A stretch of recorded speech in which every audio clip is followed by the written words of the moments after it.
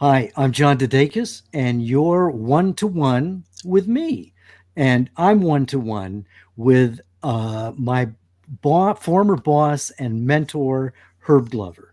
Herb Glover was my boss when I first got into the Army, and I was stationed at the American Forces Network in Europe. And I was assigned eventually to Herb's radio unit, which was a special events radio unit. And and so Herb worked with me there, but he's had an incredibly long career. He got there before I did, and he stayed there after I left and ended up running the entire network. And so what we're going to talk about for the next who knows how long is we're going to talk about Herb's career because it's a long and incredibly enlightening and thrilling one. But we're also going to talk about mentoring. We're going to talk about the state of journalism then and now. We're going to talk about, well, I don't know. We'll see what we talk about because a lot of this is open-ended. So, Herb Glover, welcome to One to One. I'm honored to be here, John. It's been a long time since we've seen each other, and we have a lot to talk about, a lot of catching up to do, right? A lot of catching up to do. And I mean, what's exciting to me is that, I mean, you played a pivotal role in my life because when I was first in the service, I thought I still was going to go into law and then go into politics. And it was my association with you that helped my career take a pivot point, and I went into journalism instead. And so I guess my question to you, we're going to talk about mentoring, but first, what I want to ask you is how did your life turn out in comparison to what you expected it would be?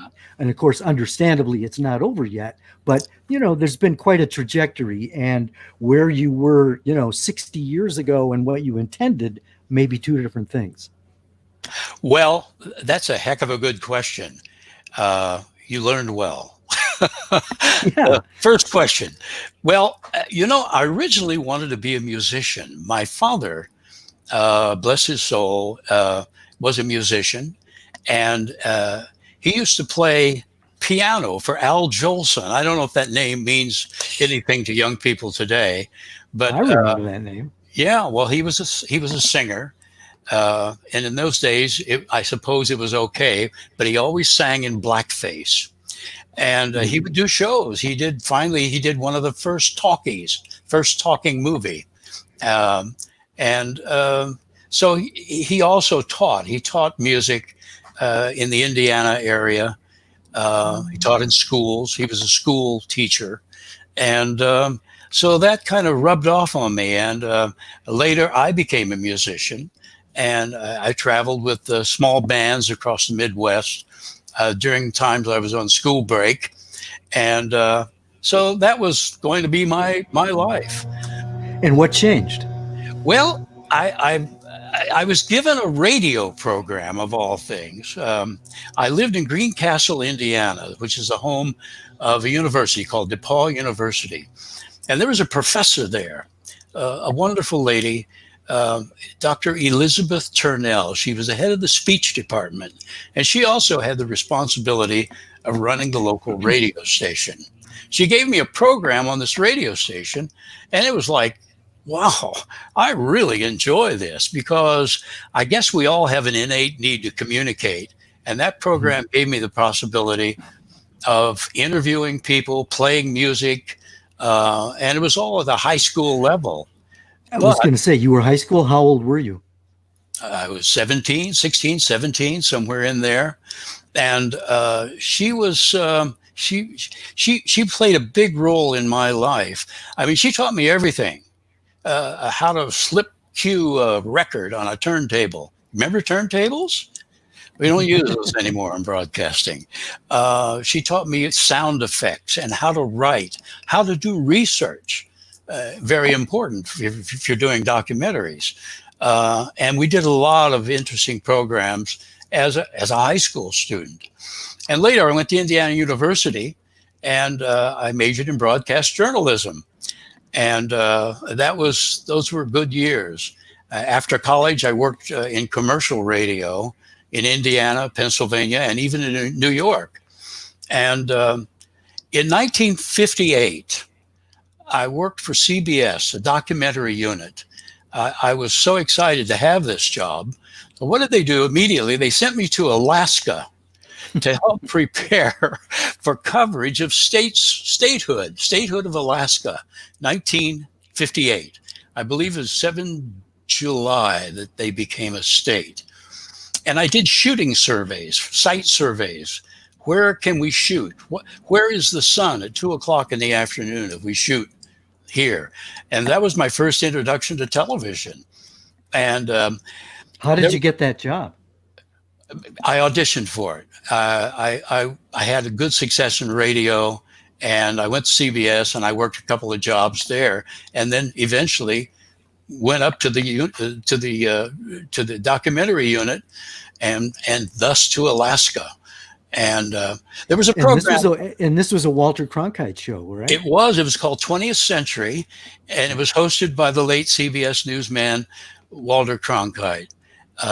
Covered all of Alaska, from transforming Fairbanks, river in Fairbanks to gold commemorative coins, interviewing Athabascan Indians. What do you guys think about this? So I got to travel through Alaska for nearly a year prior to that program.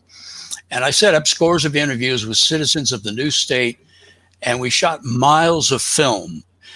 We didn't have videotape in those days. We did everything on film. So that's the way I got into this. And then I was drafted. You got drafted, right? You got drafted when you were in Alaska? Yeah, I did. 1960. 1960, I got drafted into the Army. I was sent to Europe, first to work for AFRTS radio in Italy for 2 years. Later, I became a DoD civilian, and I stayed with the network in Italy and Germany for 45 years. And for me, it was a wonderful career because I could do a lot of the things that I wanted to. I could teach, I could communicate, and I could do creative things. And I think we all have a need to do that sometimes. So anyway, that was my background in how I got into television. I was a radio guy. And in 1973, our network transferred from just radio to radio and television. American Forces Network, radio and television service. So we had to learn a new language. We had to learn new techniques. We had to learn to tell stories with pictures. It's a whole different ball of wax for us. So, in fact, I remember back in those days, our language changed. The way we spoke. Radio guys say, hey, that sounds good to me. We were in television now. This looks good to me. So you see, just little things like that entered into the vernacular of our day-to-day communications. So one thing I'd like to ask you about, we could probably swing to mentoring here, because I came along in 72.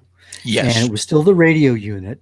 And I don't know if you remember this the way I remember it, but I was stationed at the 3rd Armored Division in their public affairs unit, and our unit did a weekly radio show about 3rd Armored Division, and we produced it at AFN. And Gary Webb was about to leave your shop, and you put in a good word for me and made it possible for me to go from the 3rd Armored Division to replace Gary when he left. And this was a stunning moment for me, because you basically said to me, there's this guy that I want you to go interview. He's staying at the Hessischer Hof Hotel in downtown Frankfurt. I said, oh, great. Who is it? You said, Alfred Hitchcock. And my jaw dropped. Yeah. And, you could have done this interview in your sleep, and you trusted this kid, to do that. Why would you do a thing like that? Because mentoring is one of the great joys of my life. Paying forward is one of the things I enjoy more than anything. And here was this kid with a Bible in his back pocket. I'll never forget that.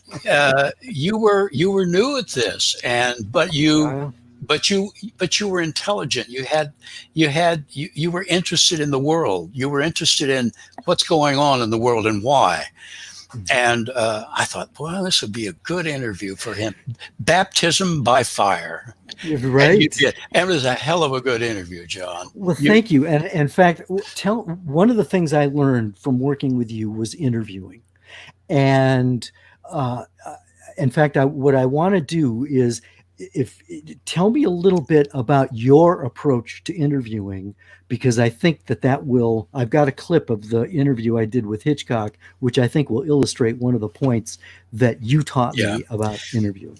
I've always said that 50% of the effort that is put toward a project, an interview project, at least 50% of that time has to be what we in the business call pre-production.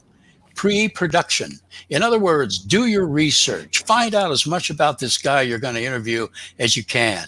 And don't just write down a bunch of questions. Write down a bunch of thoughts and about what you would like to, what do you think most people would like to know more about this person? And you did just that. And you don't have to go in with a big clipboard and a microphone in your hand and do an interview like that. You can basically take a 3x5 card, a card like this, and you write some little hash marks on it. And next to each hash mark, you put one word. That one word is a stimulus for the question that you're going to ask. Because if you create the question, it's more natural than reading off a clipboard.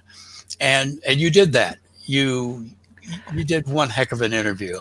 And you Thank did you. Hundreds of interviews after that as a special events reporter. I mean, we interviewed everybody.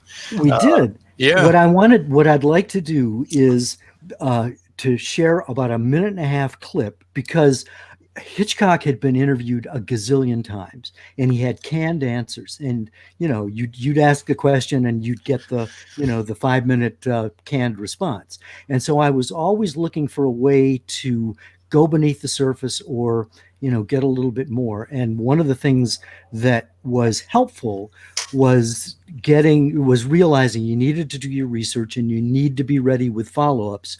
And so what I did is, this is a question that I asked him, and you'll see as it goes, he'd been answering these big, long questions. This one didn't go as planned for him. This is a sort of a personal question. I've heard it said that you're afraid of death. Is that true? No, it's not true. Do you have a philosophy of life after death? Don't know yet. I haven't worked it out. I've got a theory that all thoughts go into the air, and that's what remains. It's the abstract property, all the thought. I mean, for example, look, I'm talking to you. My voice goes to you through sound waves. Right. If you weren't in the way, it would be like dropping a pebble in a pool and seeing the ripples go out and out. When do they stop? When they reach the edge. But let's assume the same sound waves go out into space. They never stop. For all we know, if we had a fine enough instrument, we'd be hearing the voice of Henry VIII. Now it's still in the air. And ESP, that must be in the air. Because there's no known way of saying that thought waves or sound waves or any kind of radio waves ever stop. You went to a Jesuit seminary for a while. Did that have any effect on your philosophy? No, what it did have an effect, it gave me a very clear mind, very strict there, and you don't realize it when you're being brought up, you're given reasoning powers, I hope. He wasn't ready for a question about, is he afraid of death? And I knew he'd gone to a Jesuit seminary, so I thought, okay, there's a good follow-up. And he handled it fine, but you could see the contrast between all these long questions and then, no, it's not true. Yeah. And your question, you got philosophical there with a guest, a very famous guest, the late, who's been through that whole death thing, Alfred Hitchcock. I mean, that question just bowled me over when I heard that. Yes, you used intelligence. You were always kind to your interviewees, even if it were an interview that may have some hard questions, difficult questions to answer. Wonderful, John. It's so wonderful to hear that after all these years. Well, as I said, that was a pivotal experience in my life, and you made it possible because of your commitment to mentoring, and which then leads me to a follow-up question about mentoring. Because I mean, did you actually start out to be a mentor, or was that something where people actually saw you as a mentor and you sort of eased into the role? Well, mentoring works both ways. Of course, I was mentored by this professor at DePaul University, and she followed that up through the years. I mean, she came to visit our family in Italy. We lived in Italy for several years, and when she came to Italy, here we are at the dinner table, and she's still teaching me. She's still asking me questions. Now, what would you do if this and that? And I mean, it was an amazing thing. And I guess it was a reflection of her that caused me to want to do the same. And, mentoring works both ways. I often learn as much from students as they did from me. How many people would you say you've mentored over the years? Oh, John, I was with the network for 45 years, and soldiers, sailor, airmen, and civilians came through our shops, the various shops. I worked nearly every position in the network eventually, and I think that it must be in the hundreds or thousands. I don't know. I used to do classes. We do a class on interview techniques, and there may be 25 or 30. And then it would always extend into hours after that, even into the evening, where we would sit and have a beer and talk about interviewing. So I don't have a number. There's no way I could put a number. I would think thousands, dozens of thousands. Yeah. And were there, I mean, one of the things about mentoring is that you have to be transparent. And, when you're working with someone closely, there are failures as well, which can be teachable moments. I'm putting you on the spot here, but are there any kind of failures in your own broadcasting experience that you were able to draw from and use as teachable moments? Oh, hundreds. You ask a great question there.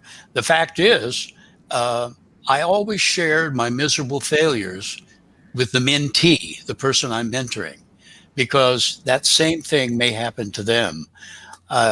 Yes, I've had some terrible failures. I was sent to southern Germany to interview a 4-star general. I was going to interview him on his train, on his general's train. And so I was flown down to Garmisch-Partenkirchen, which is right down on the Austrian border, where I got on the train with this general. And we sat in his very spacious room on the train, and I interviewed him for nearly an hour. And I figured I can cut this into several interviews. And so I got off the train in Neu-Ulm, Germany, where the plane, the pilot was ready, and he flew me up to Frankfurt. And I got there, and I walked in, and my boss, a guy named Bob Harlan, he said, "How'd it go?" I said, "It went great. It went great. It was just great." So I went to my office, and I figured, well, I'll just start editing. Keep in mind, this was radio. And there was nothing on the tape. Oh, no. because I had been flown in a Piper J3 small single engine aircraft, and I put my Nagra, which was a kind of recorder, a Swiss-built recorder, behind the seat. What's behind the seat? Radio transmitter. Yeah. The energy from the radio transmitter erased everything on that tape. Oh, anyway, there's always an angel somewhere. So I didn't know what to do. I said, well, I'm just going to have to go down and tell the boss that this thing was a failure. And the phone rings, and it's Bob. And he goes, Herb, you're this beautiful, dull Herb. Yes, the voice of God. Could you come down to my office? I thought, oh, okay, nobody knows about this. Oh, what am I going to do? I know what it's about. So I went to his office. He says, Herb, I'm so sorry. You worked so hard to get that interview, but I just got a call from the headquarters of 7th Army, and they don't want that interview to go on the air because we didn't know. I don't know what the reason was, but he said, just chalk it up to experience. And I didn't say a word. Yeah. Many years later, I moved to Jacksonville, Florida after my retirement. I live in a little town just outside of Jacksonville called Orange Park. It turns out Bob Harlan retired nearby. So he and I got to know each other really well. In fact, I eulogized him at his funeral. But the last day I ever met with him, I said, Bob, there's something I just have to tell you. Confessions. Yeah. Let's get down and dirty. And I told him about that experience, and we laughed for a half hour. I mean, it was, but we have failures. We live and work in a technical environment. My God, look where we are today. Exactly. Technology, telecommunications, satellites, the cameras that we carry, in a telephone. It's an amazing time we live in. Well, and the Hitchcock interview, I don't know if you know this, but when we did the interview, we were sitting next to each other, and we each had lavalier mics, and mine crapped out. I don't know if you knew that, but I had to retract my questions because fortunately his mic worked, but I got back to the station and my audio wasn't there except for a little moment of bleed over onto his. So I had to retract my questions. True confession. Sorry about that, boss. That's all right. Now you tell me. John, another thing I learned from you about interviewing is you always said, don't give up control of the microphone. And you'd have to interview a general, and of course the general is going to take the mic, and as soon as the general's got control of the mic, he's got control of the interview. And that's so right. there were a couple of tussling matches where I'd go, tell me, General, what's going on. He'd take it, and then we're going back and forth, and I'll hold the mic, sir. There you go. Yeah. We have many former colleagues who have experienced that very same thing. It's your interview. It's not hers or his interview. It's yours. And so you have to control the whole setting. And you're right. They'll grab it. They'll grab the mic. Let me ask a question about journalism. I don't want to hopscotch all around, but this sort of fits. Oh, this is good. Because we're in an era now. I mean, obviously the technology has changed incredibly over the years, but we're now in a position where we have a president who says the news media makes it up. And, we've all been now in these, Facebook postings where we're, trying to lob rhetorical artillery shells into the enemy camp and, have them blow up and magically change everybody's minds. It doesn't work that way. And one of the things I've discovered in conversations I'm having with people who are critical of fake news is, they say, here's an example of fake news, and they point to a tough question that a White House correspondent is asking the president. And you alluded to this earlier, that, it's the job of the reporter to ask the tough questions. It doesn't mean that the reporter necessarily is espousing his or her belief. He's representing you at home because you can't be there to ask the question. Just think of all those years you were at CNN with Wolf Blitzer on the Situation Room doing fake news. I mean, that must hurt you when you hear the term fake news. It does. It does. And it must hurt you too, because it's Yeah. about from the behind the scenes that there's an incredible amount of integrity that is required of the reporter. Never in our history has journalism been more challenged to make sense of today's world. It's so complicated, but it's an important role for this population out there that's just hungry for information and truth. Think about it. Here we are in the midst of an important election year. We're faced with a debilitating global pandemic where thousands quarantined at home for months, like my wife and I. We're in our 80s, so we're at a vulnerable age, so we stay home. Millions are out of work. Wages have crashed. Kids go to school on laptops. And importantly, Americans of color are pushing for fair and equitable treatment. Police units across the country are under fire for dramatic change. We're fatigued. We're traumatized. We live in a really different world, don't we?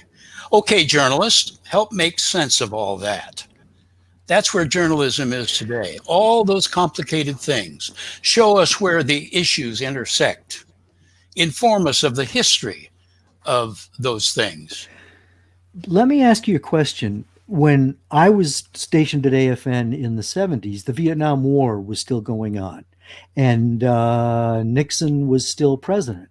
And Spiro Agnew was talking about nattering nabobs of negativism and the effete core of impudent snobs. So attacks on the press aren't new. So my question is, how are things different now than they were back then? Or do things never really change? And there's always going to be that tension, that adversarial relationship between the press and the president. I think it's always been there. It's handled differently by different, let's say, presidents or other prominent people that we interview. I don't think it's that different now. Technology is different. And of course, they know more about technology than you would think. So I don't think it's changed that much. Yes, it's adversarial, always, but it can be polite and adversarial. Well, then let's put it in a different context, and that's the military context, because you were a Department of the Army civilian, which meant that you were, in a sense, juxtaposed between the enlisted person and the general, the commanding general. And there were you saw the sinks come and go, as well as the people who were running AFN itself. So, now that you are out from under their grasp, what was it like for you to be in that civilian position at a time when the military was incredibly unpopular, but at the same time, there was a lot of turmoil? How did you manage that psychologically, emotionally, and just in terms of the day-to-day getting the job done? That's an open-ended question. Yeah, I don't think there's that much. I don't think there's that much conflict, because I had some friends who were generals. There was a guy named Mike Davison, who was the commanding general of 7th Army, and he and I used to ski together. I always offered all of the proper introductions and so forth when we were together. And of course, I socialized with both. I socialized with both the military officers, and I was a civilian. I didn't have to, shoot, move, and communicate like you did when you were in the Army, That's true. So, no, that really wasn't a conflict, John. Really. Okay. I'd be interested in your perspective now that, we had Trump do his photo op with the Bible at St. John's Church after using tear gas and law enforcement and National Guard to clear peaceful protesters. The General Mattis has repudiated that and has broken a long silence in terms of his criticism of Trump. Based on your long time of involvement with the U.S. military, how do you interpret the significance of this moment that we're in from the standpoint of the military? Well, let's look at the chairman of the Joint Chiefs of Staff. He was in that gang that followed the president around through Lafayette Park going to St. John's Church. And he apologized later. What a gentleman. What a noble gesture. And that's not unlike a lot of those people who are in the leadership positions in our military. He's a fine gentleman. And I don't think anybody, he indicated that it made it look like the military was so aligned with the political. And, you know, he was in his battle uniform, and he apologized for that. And I admired that. And I've seen that happen over and over during my 45 years of dealing with the whole spectrum of the military. These are fine people. They're disciplined. They have a good sense of who they are, but they also have a good sense of the responsibilities that they have as leaders. And anyway, I admired that guy. I really admire him a lot. And as far as Mathis is concerned, what did they call him when he was first put into that? Oh, position? Mad Dog. Mad Dog. Mad Mattis. Dog, blood and guts, or Mad Dog. You know, a fine general. Again, he did the noble thing. He resigned. You know, there was no sense about it. He just resigned. And now he's speaking up. And a lot of people will think, well, why did it take so long? Well, I don't mind those questions, but I really admire General Mattis quite a lot. So I met him once. So, yeah. One of the things that was going on at U.S. Army Europe when I was there was race relations. It was a problem, and I remember there were sensitivity classes that we had to go through. And I mean, I'm a white kid from La Crosse, Wisconsin. I mean, there were no black families in La Crosse when I was growing up, and so my roommate Charlie Johns was African American, and you know, I remember choosing him as a roommate. I wanted, you know, to widen my horizon and understand better, you know, his background. And one of the things that was interesting about the way the Army dealt with race relations is one of the things I learned is that if you say, I'm not a racist, that's a dead giveaway. And that, you know, because we all have a certain degree of racism in us. And being aware of that is the first step towards solving the problem. But interestingly, it seems like we haven't learned anything yet. Yeah. Well, we have. There have been some small successes.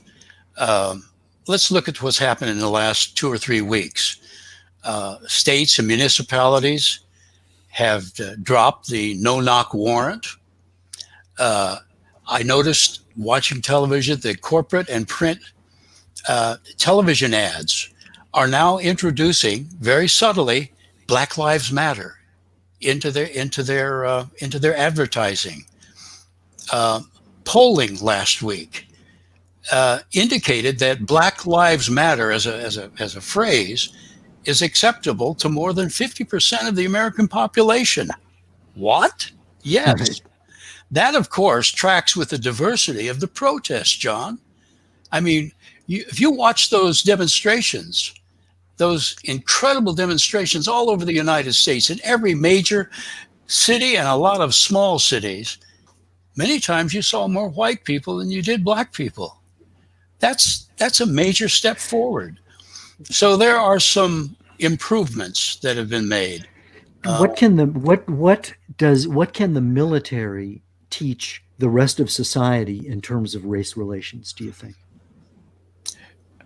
Well, in the military, if you do something wrong, you can be court-martialed, you can be banished. I remember back while you were still there, there was a lot of racial tension in the military in Europe, and we had a general, Mike Davison. Uh, Mike Davison was a white man, 4-star general, and he had a deputy general who also had the name Davison. So they referred to themselves as Salt and Pepper. And I remember there was a really terrible thing that happened in one of our military posts. They have a big parade field, and on each side of the parade field there are billets.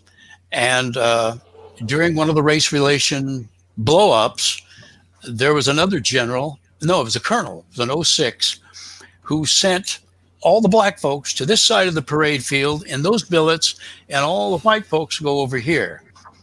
He was summarily released from duty the following morning. Mm. See? So there are people who understand and who do the right thing. And Mike Davison did the right thing. I remember that. I'll never forget that. We covered that story. There are some people on the stream who've been weighing in, and I apologize for ignoring them, but my eyesight isn't what it used to be. But Gary Terrell has been weighing in, and I think I asked one of his questions already, but there's another one that he asked. I don't know, Gary. I do. Okay. He wants to know, how do you see AFN's mission today versus back in the day? I think it was a vehicle for command information. And he said, it seems like AFN decided to take a back seat to command information and let technology be in the forefront. Interesting question. What do you think? Well, Gary's an interesting guy. He has been a fan. In fact, he identifies himself as AFN's #1 fan. Gary, it's so nice to hear from you. Gary worked with Procter & Gamble for many, many years and is retired, lives in Cincinnati. And Gary, your question is excellent. The role hasn't changed. The audience has changed. The audience now has streaming. They stream a lot from the United States, even overseas.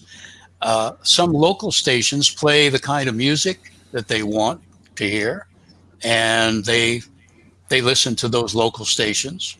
So the audience has changed in the way they perceive radio and television. Let's face it. We still have command information. What you probably are referring to is the dearth of local information in some areas. But I mean, command information is why we're there. Let's face it. They can get radio and TV today by streaming, but they don't have those local messages. I don't know when you were last back in Germany, Gary, but if you've seen it, if you listen to it, you can tell me. I don't know. I've been retired for some years, and I can tell you that that the mission is still command information.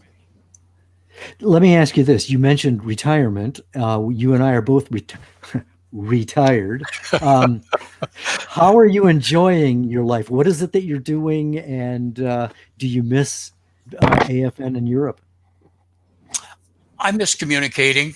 I miss producing. I miss the creativity, but I don't miss what I was doing for 45 years. I spend most of my time. This past weekend, for example, I spent 2 days on a big river here in Florida with a couple of kayak friends, which we do that frequently. We either sail or we kayak. And when we kayak, we can either kayak offshore in the Atlantic or the Gulf. We don't do that too much. We like the streams and the springs in the interior of Florida. But yeah, this weekend was great. We have a lot of strange people we run into while we're kayaking. First of all, there are the guys in the speedboats who want to swamp you and turn you over, so you have to learn to recover. But this weekend we were on, we were on the Santa Fe River, and the Santa Fe has a strange guy named Naked Ed who lived there for many years, but he lives in a shack and he's a nudist, and he has a little screen around it so that he doesn't expose himself improperly to kayakers who come in there. And he's decorated this little place that he has with picnic tables and chairs and benches. And he writes. He's a philosopher, and he writes these philosophical homilies. He wood burns them into wood and tacks them on the trees all around his area there. So I always enjoy going by and visiting with Naked Ed and reading his latest homilies. So yeah, we spend a lot of time in the wilderness, and I enjoy it. I'm doing a lot of wildlife photography now, which I'm having a lot of fun doing. So, Well, why have you thought about doing a memoir? I would think you would have a fabulous story to tell, or several stories to tell. What about memoir? well, I thought that's what this was. No, a memoir is when you write. Yeah, I know. Writing. By the way, just a sidebar. You're doing these 2-minute pieces on writing, which are excellent. Oh, thank you. As I think I wrote to you this morning, to get a lecture for an hour about writing is one thing. It can turn your fingernails up. But to get a 2-minute, succinct, concrete explanation of how to do X, something to do with writing, is excellent, because you can go back and play it over. And those who have age-related memory loss can listen to it again. Anyway, I love those pieces you do. I appreciate that. But now don't duck the question, sir. I'm going to hold your feet to the fire. Why not a memoir? I am a voice of one advocating that you write. And a memoir, as you know, is different than an autobiography. It's autobiographical, but it's theme oriented, which then means you could write a memoir about mentoring. You could write a memoir about military communication and so on. You know what I would always like to write a memoir on? When I was a kid, I was a kid actor, and there used to be a program on radio called Let's Pretend. And my father, I guess he was a stage door father, but he kind of I don't know how he got me into this, but I became an actor on radio in the program Let's Pretend. And I did that for, I don't know, a couple of years when I was just 9 or 10 years old. And I did commercials. Hey, Mom, can I have a Salerno butter cookie? So I used to get money from those commercials when I was a kid. So there's where I would love to write about being on network radio as a little kid. Oh my God! Well, so when are you going to start writing, John? Can we talk about this later? Sure. No. I would enjoy all of the help you might be able to give me. I'll do my best. I'll do my best in putting together some thoughts. So okay. Well, this is encouraging, because just to have planted the seed and to hear you seriously consider it, there it goes. Yeah, is important to me, and that means a lot. And I'm sure it means a lot to a lot of people whose lives you've touched over the years. Look, we've covered a lot of ground. Is there anything that I didn't cover that where you'd like to go? I mean, there's no hard out on this, but I certainly want to give you an opportunity to go where you'd like to go. Well, I think the social dynamic that we're living in right now, we ask a lot of questions about what's going to happen. You know, I think we would be remiss if we didn't recognize that the chaos that we're experiencing right now may be around for a long, long time. How do we deal with that? Especially if you're elderly, if you're a senior and you're vulnerable to the virus, let's say, if we have a second wave or a third wave or whatever, you know, especially older people, hand scrubbing, mask wearing, surface disinfection. Will that become the norm for the rest of our lives? I don't know. You know, with vigilance comes the entire touchless and distance economy. Notice the pizza advertising on television, untouched by human hands until you open the box. Yeah. So I think I think online ordering, for example, has become the form, the economic form for millions. Many big box stores are going bankrupt. They're closing their doors forever. J.C. Penney just went out of business. I hear Sears is closing a lot. I mean, it could go down a long, long list of stores that we've shopped in for most of our lives. So FedEx and UPS are market testing same-day drone service to deliver items. Think about that. Incredible. Drive-in movies are back. There's one drive-in near Orlando, which is under construction right now. It'll have 5 screens with 5 different movies. They'll handle up to 500 cars. You remember drive-in movies? Yeah. Oh, yeah. Remember it, you know? Yeah. Yeah. Sports business.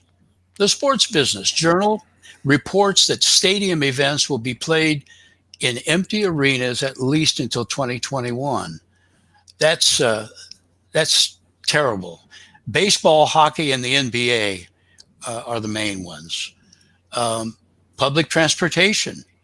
The use of public transportation has dropped 75% nationally. That's the latest figures. New York City subway traffic is down a staggering 93%.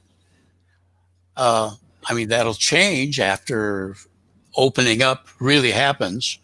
But these are important, but they're not on the front burner for millions of people right now who are out of work.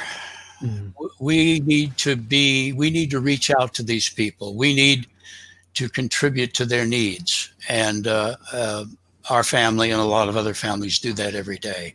So those are some of the things that I'm really interested in right now. Go ahead. Well, you and I are both communicators, and the technology has changed incredibly over the last 50, 60 years. I mean, when we were in the business, it was, film, videotape. There were no cell phones. There was no internet. And yet, I wonder, we are entering into a presidential election that is incredibly toxic and controversial. I'm wondering if you've got any observations or suggestions on how we can communicate with each other, especially communicating with people we disagree with in a constructive way. Because in a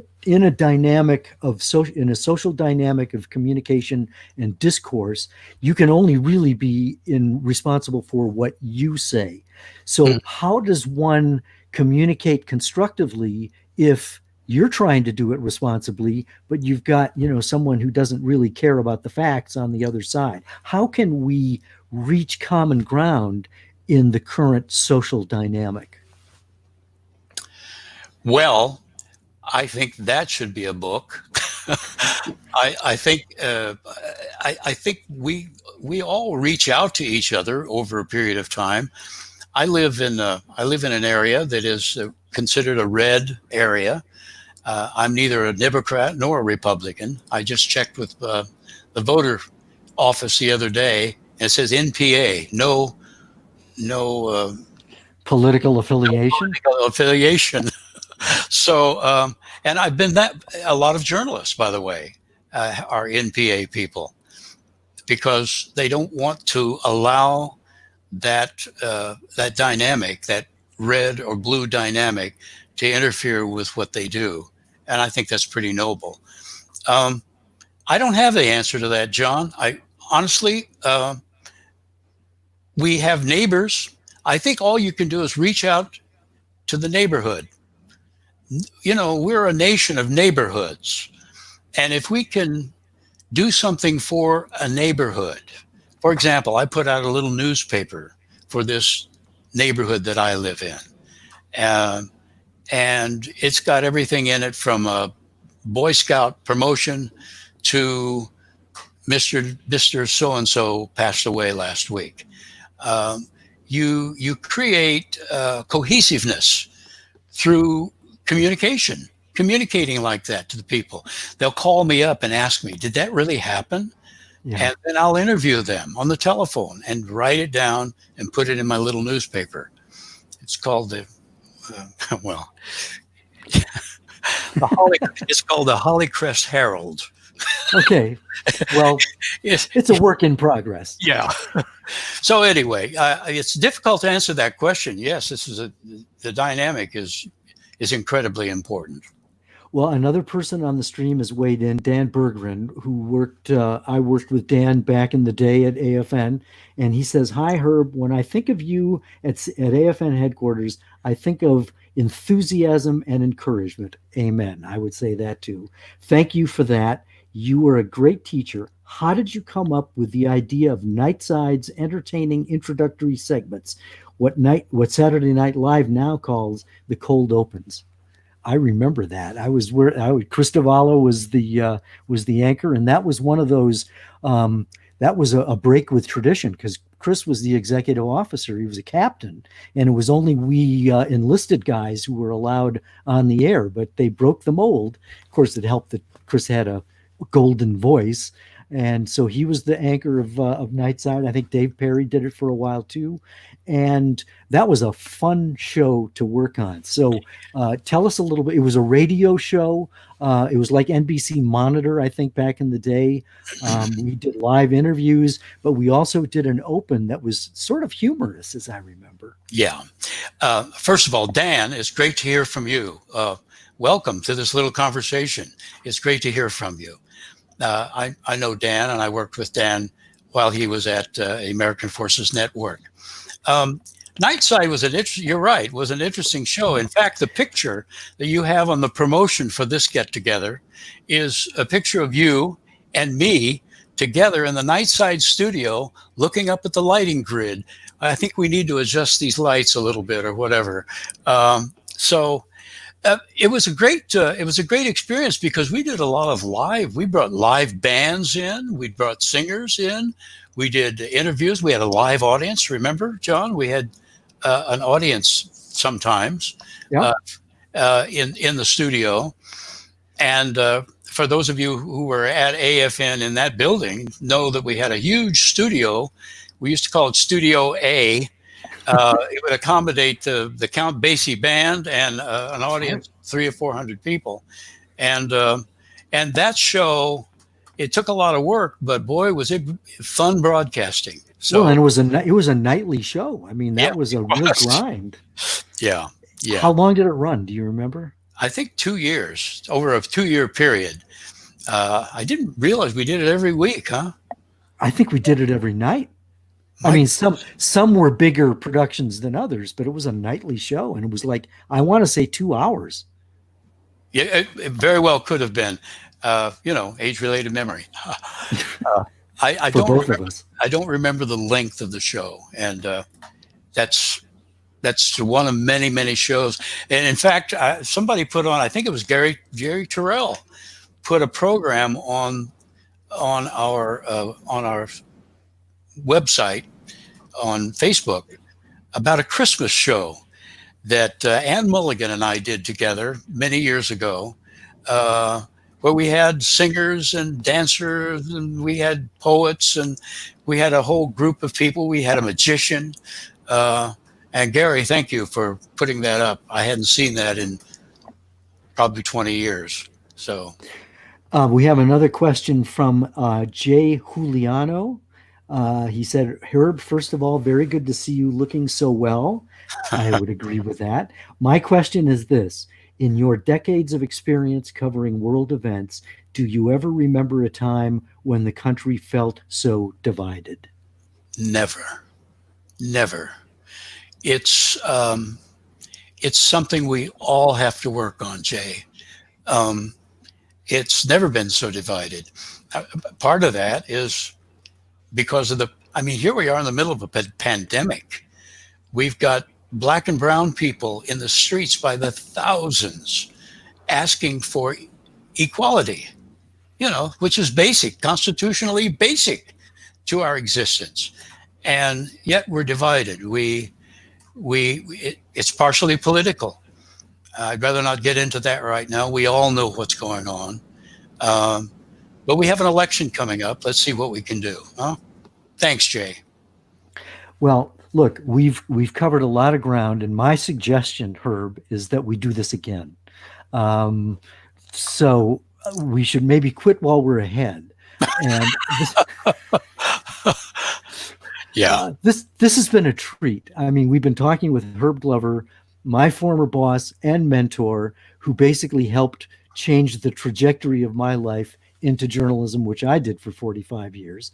Herb retired as the head of the network, the American Forces Network in Europe, after a 45-year career that started way back with CBS and at a college radio station, or at least a small radio station back in Indiana. So we've talked about mentoring, we've talked about journalism, we've talked about a lot of stuff. And Herb, I hope we can do this over and over again. It's wonderful that you're in my life, and thank you for all you've done, not just for me, but for the thousands of other people you've mentored over the years. Thank you, John. Thank you so much for inviting me. Continue to march. Yes, sir. Love you. Love you.